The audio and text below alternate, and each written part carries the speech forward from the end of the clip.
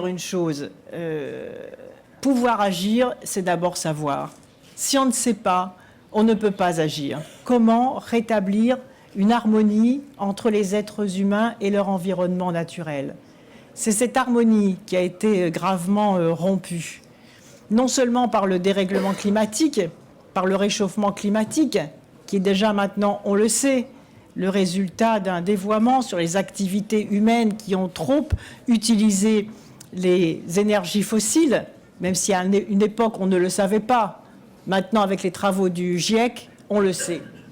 Et c'est là qu'on en revient à l'éducation. Les travaux du GIEC, d'une certaine façon, ont éduqué les adultes, ont éduqué les décideurs. Comment concevoir un développement durable sur d'autres valeurs que celles qui ont conduit au dérèglement climatique? Comment respecter son environnement naturel?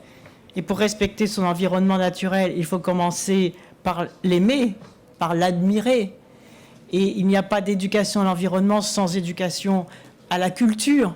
Et puis enfin, ne pas polluer, ne pas détruire. Et là, on voit aussi que dans les familles ou à l'école, l'éducation à l'environnement est très importante.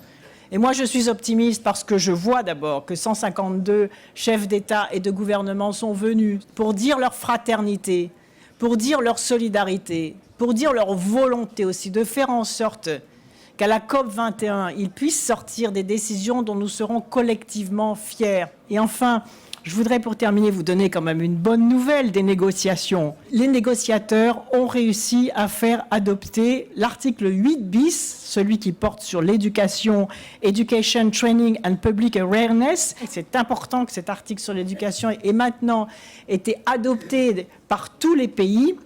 Parties shall cooperate in taking measures as appropriate to enhance climate change, education, training, public awareness, public participation and public access to information, recognizing the importance of these steps with respect to enhancing actions under this agreement. Eh bien voilà, bravo, vive l'éducation et en avant les écoles!